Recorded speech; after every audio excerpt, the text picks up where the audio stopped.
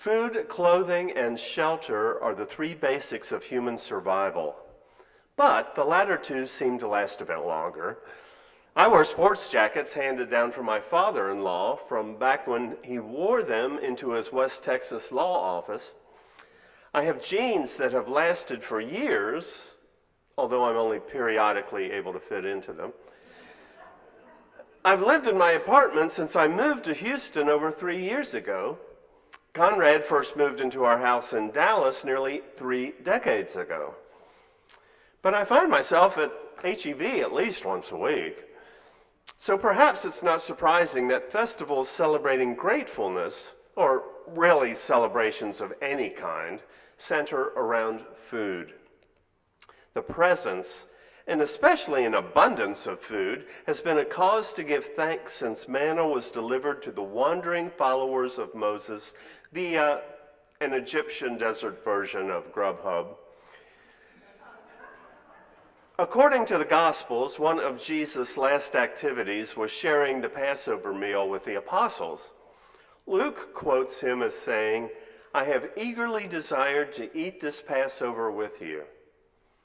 Commemoration of this event, of course, gave rise to the Eucharist, or Holy Communion, a crucial sacrament in Christian churches.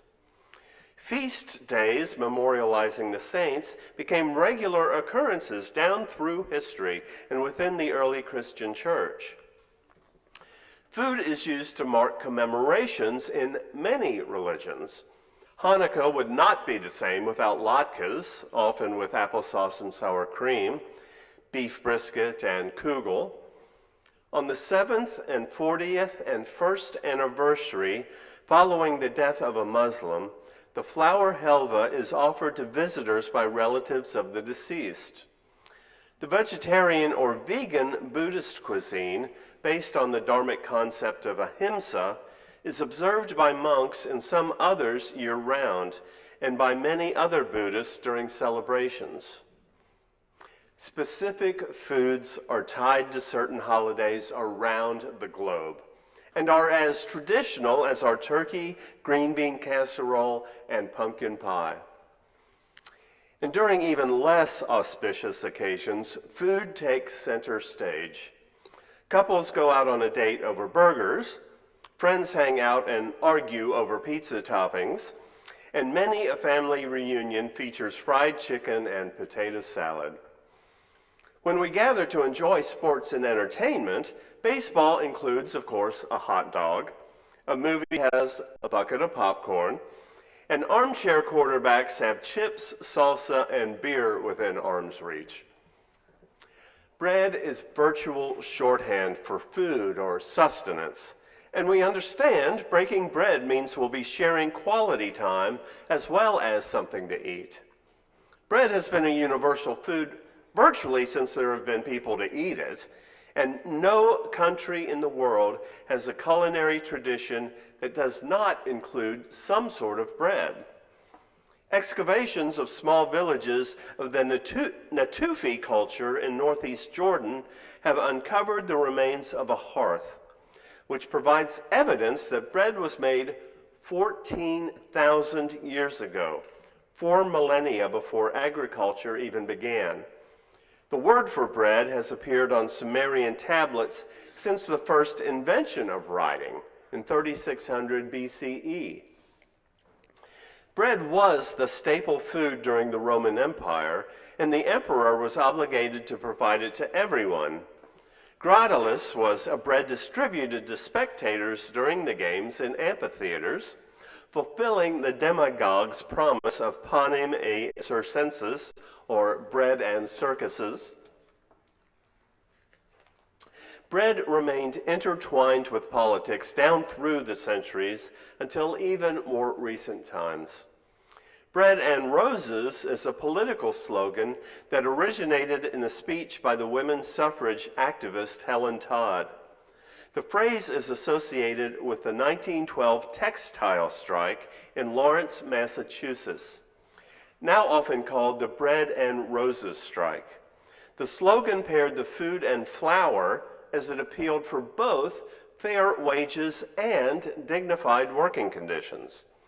The slogan inspired a poem, which was set to music, and you may be familiar with the Judy Collins version. Years earlier in Massachusetts, beginning in the early 1600s, migrants from Europe celebrated both days of fasting and Thanksgiving to thank God for such blessings as harvests, ship landings, and the end of drought, and blessings such as warm bread. Richard Levine described it. At our table, graced by a loaf that steamed when we sliced it, softened the butter and leavened the very air we breathe, he'd count us blessed. Thanksgiving has been celebrated nationally on and off since 1789, and later became a federal holiday with a permanent date, the fourth Thursday in November. The colonists, of course, celebrated with foods indigenous to the Americas, with many of those dishes becoming holiday traditions for countless families. So it becomes easy to see the direct line our ancestors, baking breads and cooking dishes, began from long ago to us today. Many of you may have other food traditions in your families, like the pretzel salad or oyster dressing my grandmother would make. It's easy to see how and why these beloved foods are central to our memories, our celebrations, and family gatherings. But we may not often think about how we got to this point, and we may think even less about the legacy that we may be leaving to those following. So before we begin our bread communion, we will pause for a time to reflect on those who will come after us, to whom we will entrust these traditions, these foods, this love. We will pause to appreciate those now in our community, our friends and our family. We pause to express gratitude for these people, our food, clothing, and shelter. We pause to give thanks to our ancestors, to appreciate those who bequeathed these traditions to us. We've asked Natalie Brown to reflect on the bread traditions of her ancestors before each one of us does the same in the silence. The bread that I've brought today is Brazilian cheese bread, which was created from the manioc root in Brazil. We call it tapioca up here. Initially, it was used by the African slaves, and they created a kind of bread that later in the 19th century was enhanced with eggs and cheese. And that's what you're going to get today. It does not come from my blood ancestors, the recipe, although they enjoyed it, I'm sure. Rather, it comes from the whole of Brazil. And when you go there to visit, you'll be able to find it without any problem at all in almost any cafe. I brought the bread because I seldom get a chance to talk about part of who I am. I'm half Brazilian. My mother is a third-generation Brazil-born of immigrants from the United States. The food of Brazil is one of the ways that I claim that heritage. And I give thanks for that part of my history. I hope you get a chance to taste the savory little bread. I'll tell you where you can find it if you ask me.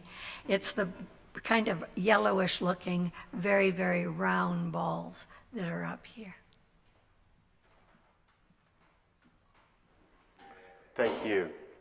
I invite you now to reflect not only on your ancestors, but also those loved ones here, your friends and family with whom you break bread, and those who you are leaving a tradition to.